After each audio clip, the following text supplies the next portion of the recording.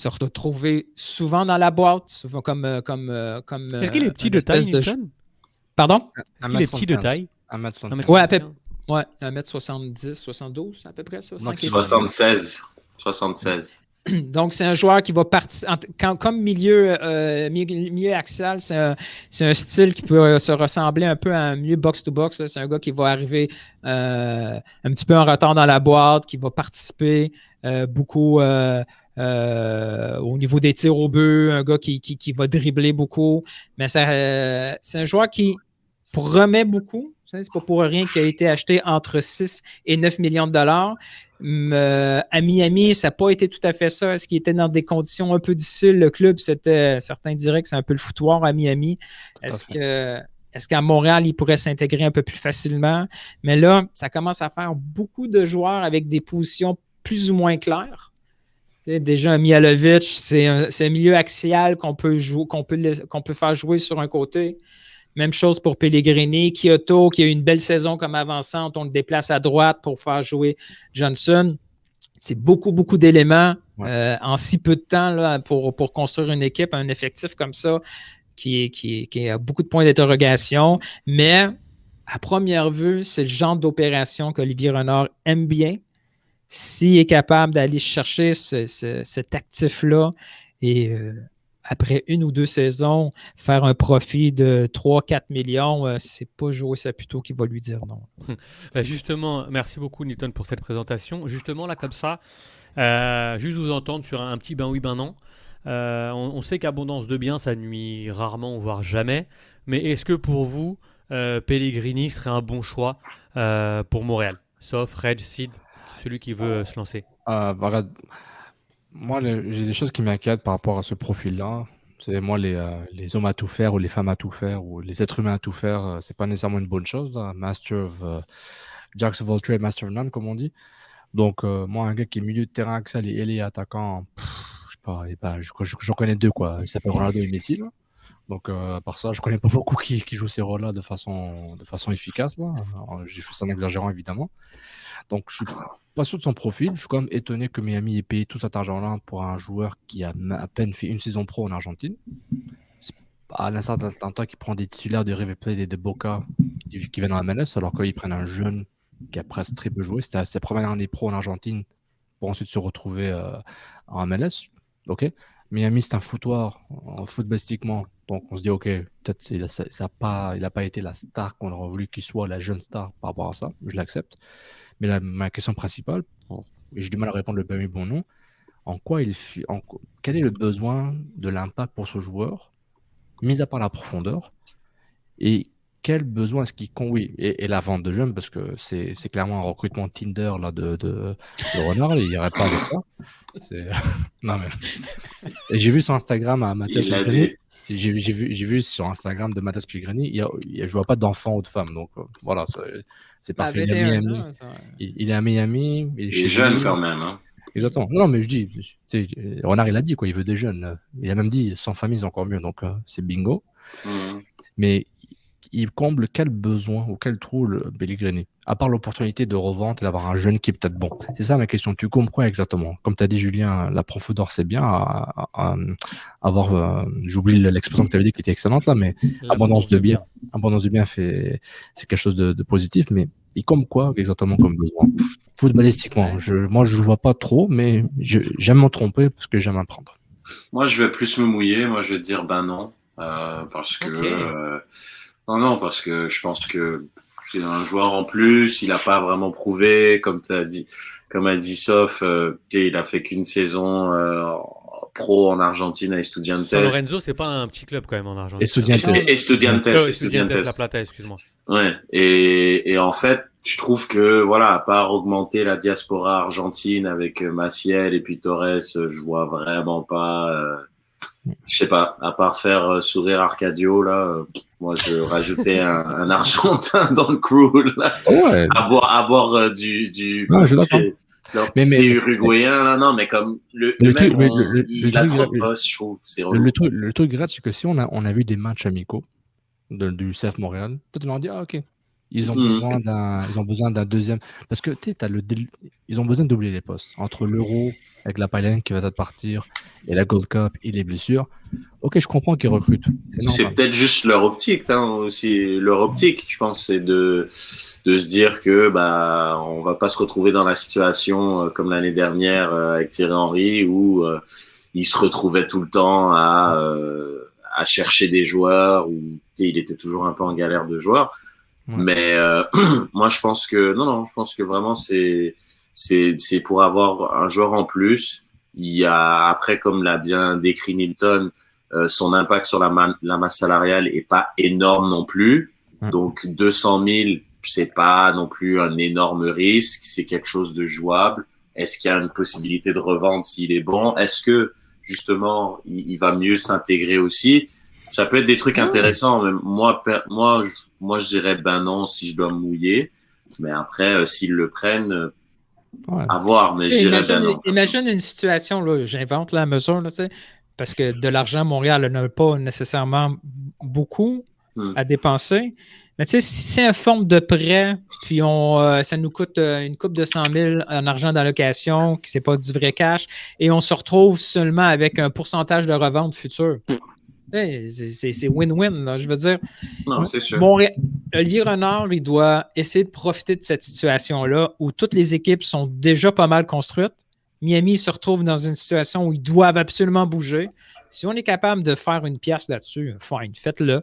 Puis si jamais ça marche super bien, on ne sait jamais, là, si ça marche bien, le gars, le plus gros problème, c'est qu'on va chercher un joueur, peut-être à court terme, puis on va jouer à Miami. C'est pas pareil. Là. Il n'est pas à Montréal. Il ne risque pas de tomber en amour avec Montréal. Donc, c'est plus cet aspect-là qui est compliqué. Donc, tu nous as dit qu'il ne serait pas DP ni Young DP. Il serait Young DP. C'est un joueur désigné. C'est un joueur désigné depuis une saison ou deux. Bon, plus que ça. Depuis quelques saisons, la MLS a essayé de provoquer des signatures de joueurs désignés plus jeunes et ils ont ajouté cette volet-là. Si jamais tu vas jouer si jamais tu signes un Young DP, si jamais tu signes un DP de 23 ans et moins, au lieu de coûter 600 000 de masse salariale, il va coûter 200 000 de masse salariale. C'est ce que nous parle Jimat là. Mais ça, c'est d'autres choses. Ça, l'initiative U22, c'est le fameux Young Money qu'on avait parlé il y a un mois de ça. Ça, c'est un autre règlement ou un autre incitatif où tu peux aller chercher n'importe quel jeune, peu importe le prix que tu vas payer, il va rentrer dans cette catégorie-là de initiative U22 si jamais son salaire est inférieur aux 612 000. Mais Pellegrini a été signé il y a l'année passée et son salaire dépasse déjà ce cap-là de 612 000. Il gagne présentement, selon The Athletic, 690 000. Il reste 4 années de contrat, donc il ne peut pas embarquer dans cette initiative-là parce que s'il avait été admissible pour l'initiative U22, Miami aurait pu juste transférer son statut, l'enregistrer comme étant un joueur initiative U22 et il serait réglé leur situation. Et par contre, Salim nous demande si à 21 ans, il bloque la place d'un jeune dans le OCF Montréal ou pas. Ils ont tous été shippés à KMPL, donc il ne reste plus personne. Oui, là, je veux dire, s'il joue, il y a un joueur qui joue en moins, là, mais s'il joue, c'est qu'il est meilleur que le joueur qui. Bref, Balou va peut-être moins jouer, mais c'est-tu un gros problème? Il a moins joué dans tous les cas. Mais ce qui est intéressant avec le sportif Pellegrini, j'ai vu quelques résumés de matchs où je voyais il fait un peu de tout, c'est un pro, tu vois, c'est pas une fraude là, mais il y a plusieurs facteurs à prendre en compte. Hors sportif, c'est que on parle de masse salariale, il faut pas aussi parler des capacités salariales de payer son salaire. Le 600 000, c'est de l'argent qui rentre dans son compte de banque là. Donc, Olivier Renard doit convaincre Gilmore et Saputo, on va payer 600 000 US. C'est sûr qu'il y a pendant 3 ans. Ouais, donc, il y a un mois, ils se sont dit, yes, on ne paye plus Thierry Henry. Puis là, un mois plus tard, ils font, ah merde, il faut payer ce gars-là. Donc tu as un salaire haut. Tu as encore 3 ans à payer dessus. Même si tu dis, je pourrais le revendre à Bowden ou à je ne sais pas qui, ok, parfait. Mais en plus, tu trouves avec un contrat et profil à la Camacho. Camacho, c'est cher, c'est long. Pellegrini, tu retrouves dans ce même engrenage. Si ce parti il marche bien, il n'y a pas de problème. Mais comme on n'a même pas de certitude sportif, mais tu vois, un joueur qui jouait avec Higuaín, les deux frères, et Pizarro, avec une organisation et un coach et un directeur sportif qui sont plus là déjà. Donc, on voit déjà que ça commence mal. Mais sais-tu comment ils vont décider ça, Sofiane? Vas-y. Ils vont rentrer leur profil dans Oui. dans la machine Bologne, OK? Puis là, il y a un rapport qui va sortir, puis il va dire signe ou signe pas ce gars-là. C'est tout. Et si ça, Year le and age. processus, et si ça, ce processus, ça me dérange pas. C'est correct. En termes de, tu sais, les pros et les cons, oui, tu as le jeune, revente, il peut bien jouer. Et de l'autre côté, tu as le contrat, le salaire, le statut Young DP, ça peut faire mal. Ils vont faire la balance, mais j'espère que sportivement, ils voient. Parce que, honnêtement, tu sais, je veux pas me retrouver avec un autre Camacho en termes de contraintes budgétaires ou Routi, où c'est un problème budgétaire et un problème de terrain. Tu veux pas un deuxième Routi pour le CF Montréal, ça va pas, ça va aider ni le club ni la brand. Tu veux pas te retrouver sur ça parce que sinon c'est catastrophique comme poids. C'est un poids qui va tellement faire mal à traîner un joueur qui est jeune mais qui ne performe pas. Parce que moi je sais même pas ce qu'il vaut. Je sais même pas ce que ce club vaut en tout cas. Et ça c'est important de prendre ça en compte. Puis si c'est un scouting à la Routi, Ouais, mais ça c'est va ça, très mais mal finir. c'est pas un scouting à leur routier. Sabatini n'a pas validé, par exemple, au routier. Ok. C'est d'autres choses. Là. C'est Je un crois scout. quelques- Il a dit à Olivier Renard, ses dernières acquisitions internationales, ça compte comme une acquisition internationale. C'est son propre.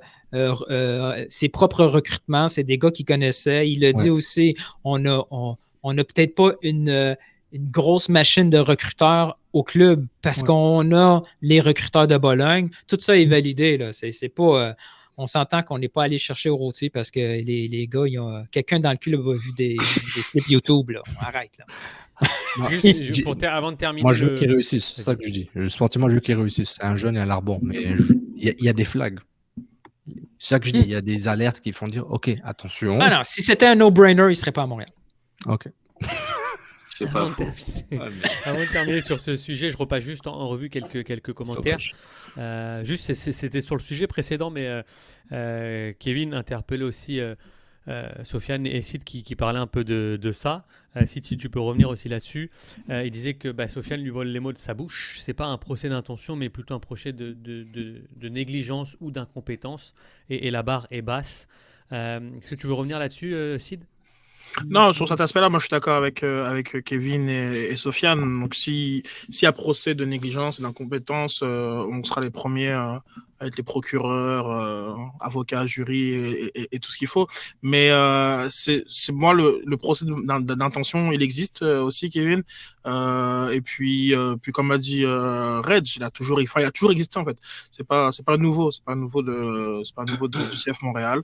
Il y a des personnes qui n'aiment pas ce club, qui ne le respectent pas, qui l'ont dénigré, qui le dénigreront. Et toute occasion de le faire, ce sera une occasion qu'ils vont saisir. Et je pense pas que ces personnes-là, il faut les mettre dans le même panier que les amateurs de l'Impact de Montréal qui sont légitimement déçus et en colère de la façon dont certaines choses se sont faites depuis les derniers mois. Donc voilà, c'est deux choses qui sont différentes. Et puis nous, on va essayer en tout cas de rester... bon, pas objectif, parce que ça, c'est un faux mot, ça, mais de faire la part des choses. Non, pas neutre non plus, non, ni neutre, mais de faire la part des choses pour ce qui... On est capable de dire aussi que voilà, quand avec Nilton en antichambre, même si j'aime pas parler de l'antichambre, parce que l'antichambre, il faut y être, et après, ça disparaît. Mais quand on dit que Gotham réussit bien son rebranding, on est capable de dire qu'un rebranding est réussi aussi quand ça l'est. On n'est pas obtus ni de mauvaise foi. Donc c'est plus par rapport à ça que dit la faire la part des choses. Mais non, des gens qui détestent le club et qui vont toujours le détester, voilà. Et d'ailleurs, je pense même, ils aiment même pas le foot, ces gens-là. C'est des gens qui vont toujours ils vont sortir des commentaires. C'est du drama. C'est ça. Et d'ailleurs, si à la demande d'Étienne Martel, un Patreon, est-ce que lui. Ah ouais, je pensais avoir échappé. Bien vu. Bien vu, Étienne, parce que pour full disclosure, pour être transparent, Julien m'a dit est-ce que tu veux en parler aussi? J'ai fait non. Je suis en train non, parce que si on dit tout au Patreon, moi je connais mes gars et selon leur comportement.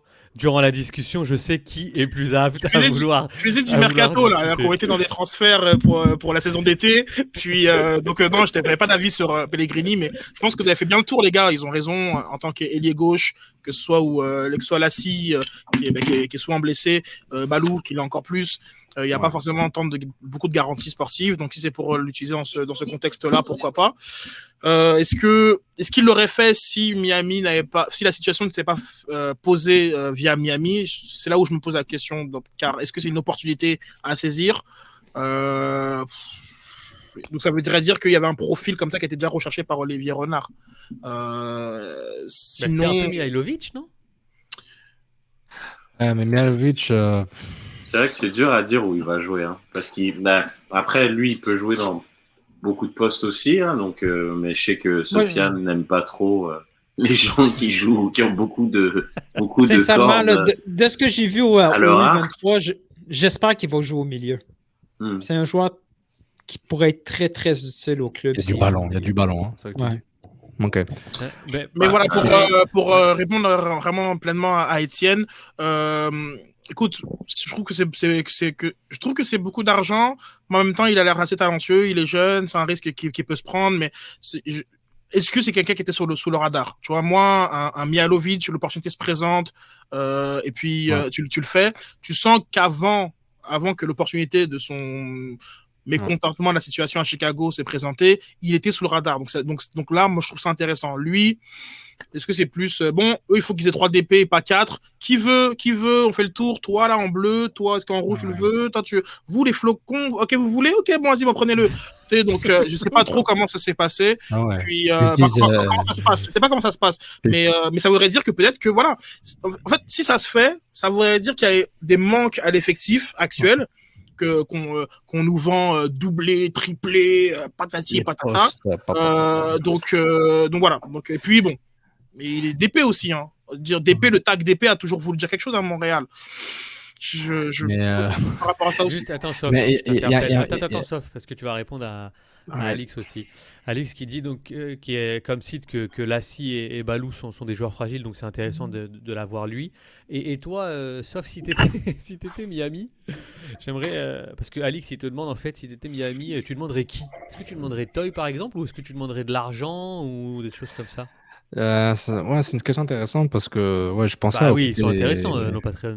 Non, parce que c'est une coïncidence que un point que je voulais parler avant, mais j'ai totalement oublié. C'est que l'économie de la MLS avec le fameux TAM, là, faut pas oublier. Toy a coûté $600,000 en TAM.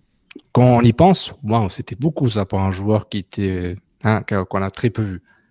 On se dit, ok, qui était même en perdition en Minnesota, entre guillemets, il a perdu sa place. Il a marqué contre les Rowdies. Respect. Non, je sais, respect. Respect, man. Respect, man. Respect, respect, man. Respect, man. Désolé, il faut toujours parler du mou un peu à un moment. Respect, man. Il est fou, puis il est devenu fou, là, pauvre gars. Là. Mais, arrête de digresser, ça. Vas-y, ça. Tu penses que les gens payent pour mon 4-4-2? Ils payent pour mes régressions, mes dégressions. Ça reste à confirmer. Mais toi, il a coûté 600,000. Bon, le marché, il est jeune, etc. C'est parfait.